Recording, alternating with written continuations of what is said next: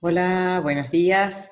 Bueno, el motivo de este pequeño video es ponernos en contacto y a pedido de Ana María, poder compartir con ustedes en este momento de aislamiento social algunas reflexiones. Yo estuve pensando si para hablar de capacitación, en realidad hay tantos temas que ya se están tocando, no sé tampoco qué otros temas hay propuestos desde otras áreas. Eh, por lo tanto, lo que voy a hacer es hablar un poco de la experiencia de lo que fue este último tiempo con COVID en relación a lo que fue la atención de los pacientes y algunas reflexiones que me parece interesante compartir, que pueden ayudar a cada uno de nosotros a cómo nos posicionamos frente a esta nueva situación.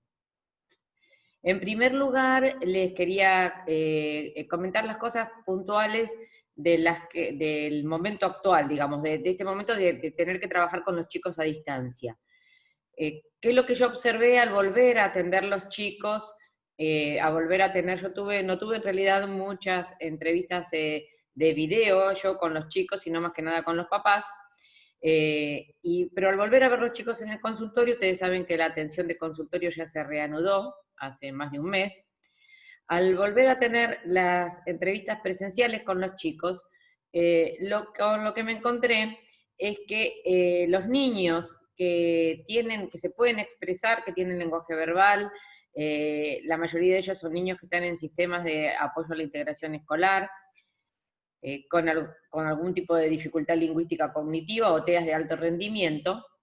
Aparecían dos cosas, digamos, significativas en cuanto a lo que ellos traían cuando yo les preguntaba siempre al inicio de la consulta cómo estaban, cómo se sentían con todo lo que estaba pasando, qué entendían que ellos, por qué usábamos el barbijo, bueno, todas estas preguntas para ver dónde ellos estaban posicionados. En realidad me encontré con que aún los que tienen bastantes dificultades cognitivas tenían bastante claro qué era lo que sucedía con el COVID, que era el COVID, que era un bicho. Fue muy gracioso, algunos hablaron de que era el bicho rey porque tenía corona, pero que había que cuidarse, que por eso no íbamos a visitar a los primos, que por eso no íbamos a visitar a los abuelos. O sea que el concepto que ellos habían logrado armar me parecía bastante adecuado y que lo habían podido llegar a comprender bien. Después de esto aparece cuáles eran los temores. Yo le preguntaba si algo le daba miedo, si algo le asustaba, y ellos plantean dos cuestiones. La primera tiene que ver con la escuela. Los que tienen mejor rendimiento tienen temor de cuando vuelven a la escuela, de cómo va a ser su posibilidad de reincorporarse al sistema escolar, si lo que están haciendo ahora sirve o no sirve. Si van a poder pasar de grado o no van a poder pasar de grado. Eh, con lo cual me pareció que lo que yo hice en esas oportunidades, y me parece que lo oportuno que se puede hacer desde las intervenciones así online, es tranquilizarlos a ellos y a los padres con respecto a los contenidos académicos, que me parece no pueden ser la prioridad en este momento, sino que en este momento lo que tenemos que favorecer, lo que tenemos que priorizar, valga la redundancia de las palabras, es la cuestión empática del contacto a través de las redes para mantenernos vinculados. Eso por un lado. Y por el otro, que más allá de esta preocupación, en realidad, cuando yo también les preguntaba, bueno, pero ¿y vos querés volver a la escuela? La mayoría de los niños decía que no quiere volver a la escuela. Y esto a mí me parece que tiene que ver con que nuestros pacientes, nuestros niños, no encuentran en la escuela, más allá de encontrar, de que la escuela les genera muchas exigencias y dificultades, además la escuela no suele ser en muchos casos el lugar de encuentro social que debería ser. Muchos de ellos están aislados, aunque vayan a la escuela y aunque estén con una maestra integradora, con lo cual lo que es convocante de la escuela para los chicos en realidad no es ir a hacer tarea, sino es ir a encontrarse con los amigos, es jugar en el recreo, ¿sí? Todas estas actividades que ahora están restringidas. Los niños con los que yo hablé, diría que el 100%, desde los que tienen mejor lenguaje hasta los que tienen poco lenguaje, dijeron que no querían volver a la escuela. Esto nos tiene que llevar a pensar cómo poder trabajar con la escuela estos espacios y también cómo priorizamos los espacios de la integración, porque evidentemente tal vez los espacios de la integración están muy focalizados en las cuestiones académicas, pero no en las cuestiones de la integración social, que son las que en este caso serían el motivo por el cual el chico podría querer volver a la escuela. Bueno, todo esto también le genera mucha angustia a los padres, por lo cual me parece muy importante poder acompañar a los papás, teniendo entrevistas también con ellos de qué es lo que están pudiendo hacer y lo que no pueden hacer, porque hay muchas actividades que los padres no pueden acompañar y se sienten como con una exigencia que no pueden cumplimentar. Bien, esto en relación a los niños que están en las escuelas y que están integrados y que tienen un mejor desempeño.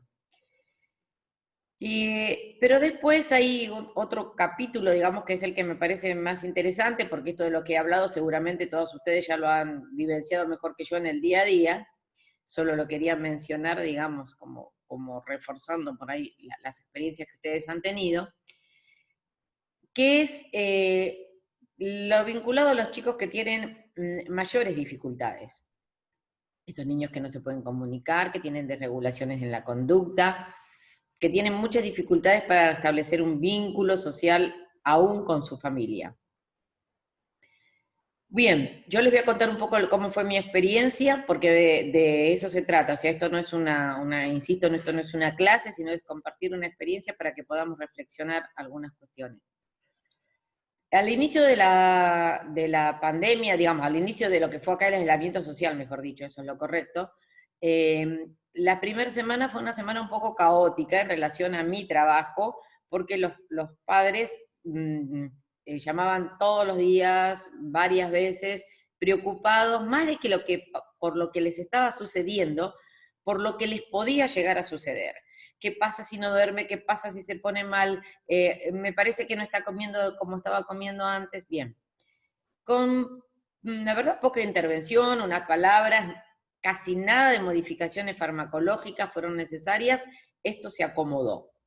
Y lo que vi con asombro y lo que vi digamos, con alegría, casi diría, en el medio de esta situación que no es nada agradable, que de a poco los padres empezaron a devolverme llamadas y videos, pero para mostrarme las cosas que estaban haciendo con sus hijos en las casas, que las cosas estaban bien, a los que yo llamaba para preguntar cómo había ido, me decían, no, estamos bien, nos acomodamos, él se acomodó, y empezaron a enviarme, yo les pedía, mándenme videos de lo que están haciendo, y empezaron a enviarme videos. ¿Y con qué me encontré? Con que los papás habían encontrado una forma de trabajar con sus niños, de hacer cosas con sus niños, no trabajar, de hacer cosas con sus niños. Y muchas de esas cosas no eran exactamente las propuestas desde los espacios terapéuticos, sino que eran cosas cotidianas. Por ejemplo, un niño que tiene un autismo con mucho compromiso en la conducta, con un retardo mental asociado y sin lenguaje, que siempre presentó dificultades para acomodarse con las rutinas terapéuticas. Empieza la rutina y después llora, grita, se enoja. Eso lo hace tanto en el centro educativo terapéutico al que concurre como lo hacía en la casa cuando se querían hacer estas rutinas. De pronto la mamá comenzó a enviarme videos de cómo él estaba soldando, tiene 9 años, soldando con el papá con la soldadora, él con una máscara, ayudándole a sostener lo que el papá estaba soldando, muy atento a cómo era el proceso, el papá después le daba un ratito a la soldadora y él hacía que apoyaba y que soldaba y después lo seguía haciendo el papá. Para el Día de la Bandera, la mamá me envió cómo estaban haciendo una bandera juntos con los hermanitos. fue su cumpleaños, la mamá me envió un video de cómo estaban haciendo la torta para el cumpleaños juntos. Otro niñito, la mamá remodeló el cuarto con sus hijos, el cuarto de los chicos, y le destinó, digamos, de acuerdo a lo que le gustaba hacer, una tarea a cada uno. Le habían destinado un pedacito de la pared donde él estaba haciendo unos dibujos, tipo le habían hecho como una pizarra sobre el muro de la pared, y él estaba haciendo unos dibujos que iban a quedar ahí, y las hermanitas intervenían y le daban ideas, y él estaba muy atento, muy vinculado y muy entusiasmado con su actividad. Esto me llevó a pensar, ¿por qué esos niños que a veces tenían tantas dificultades en los espacios y en las propuestas terapéuticas, que se desregulaban, que lloraban, que deambulaban gritando, de pronto podían hacer todas estas cosas, podían dormir bien, no hubo necesidad de aumentar los medicamentos? Bien, acá me parece que lo que nosotros tenemos que repensar es el rol de la familia. Y cómo esto se fue construyendo.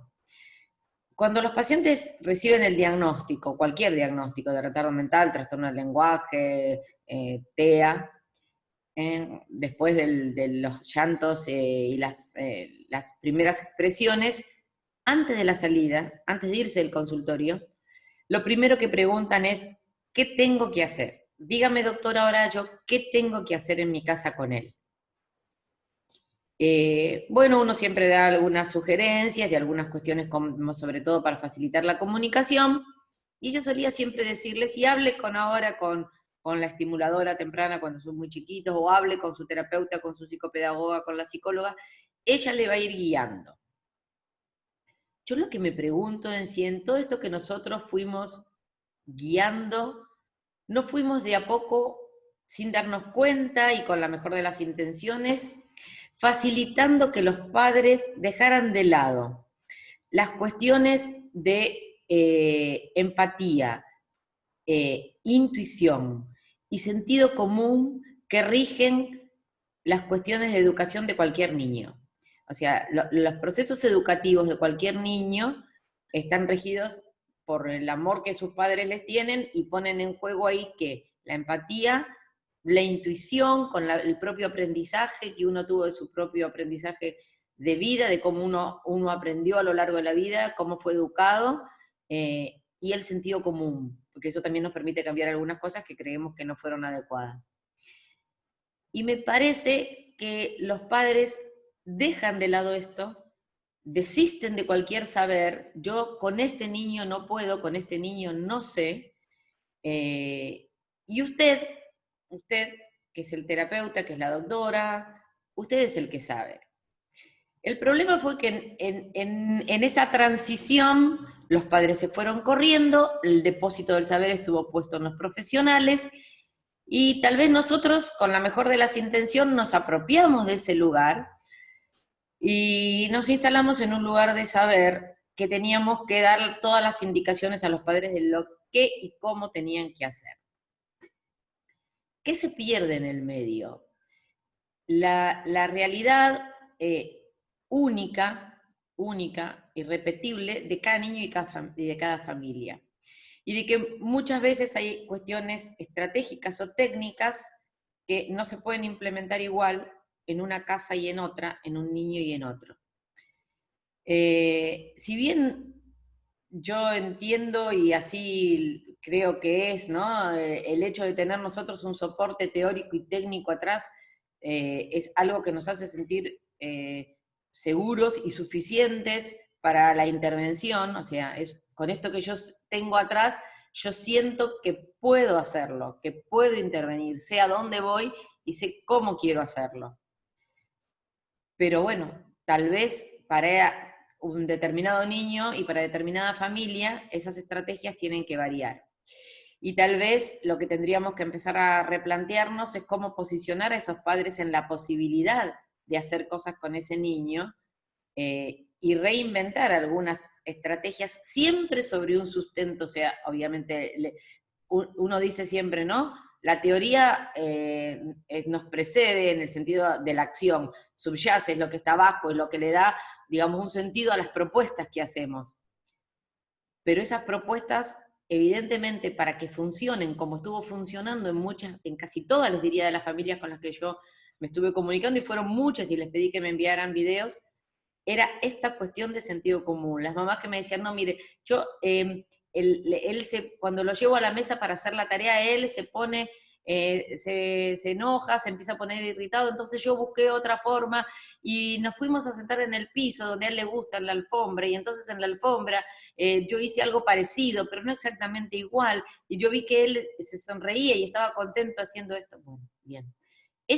Esta cuestión es la que me parece que tenemos que escuchar un poco más, tal vez, para que las intervenciones sean más eficaces, y sobre todo para devolverle a los padres este lugar. No, nosotros a veces nos quejamos y decimos esto de la función materno-paterna, y si se ponen en función, si la cumplen, si no la cumplen.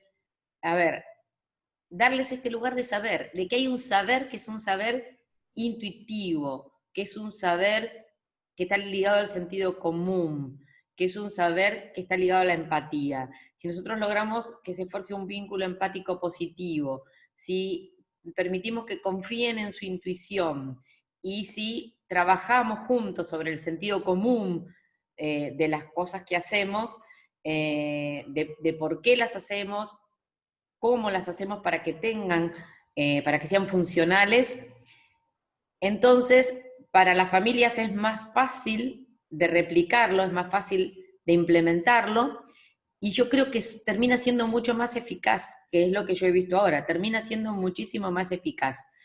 ¿Por qué termina siendo fundamentalmente más eficaz?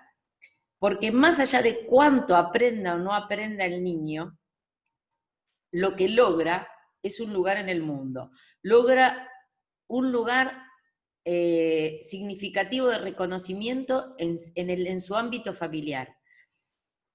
Cuando ahora empecé a tener las entrevistas presenciales,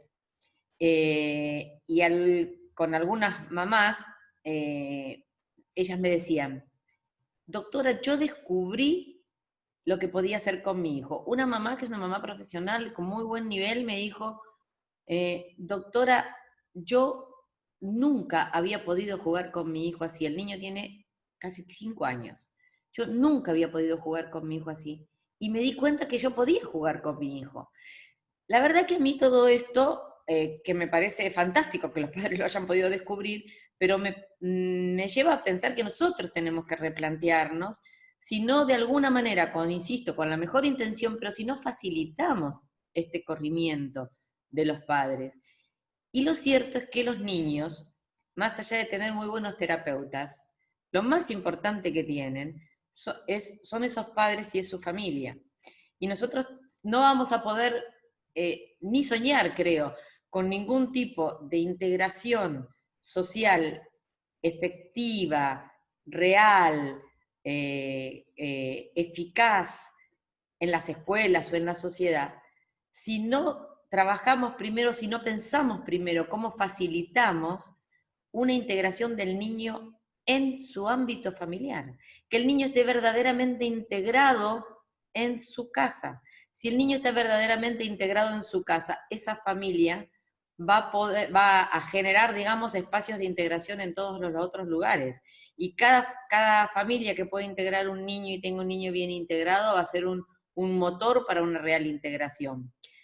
Me parece que trabajamos mucho en la integración para el afuera y se nos perdió un poco de vista la integración en el adentro, en el ámbito de la casa, en el ámbito de la familia. Devolverle a los padres este lugar de privilegio que no deben perder nunca. Y ayudar en esto. Creo que en esto nosotros tenemos un lugar, una función primordial, porque ellos, la familia, los padres, ante el diagnóstico, lo que se sienten es imposibilitados, se sienten como que no tienen recursos, y uno, más que darle el recurso, tiene que ayudarlos a que vuelvan a descubrir que sí tienen recursos, que los recursos están en ellos, que tienen que poder ver este niño, que este niño tiene mucho para darles y que ellos tienen mucho para darle a este niño. Esto me parece sumamente importante.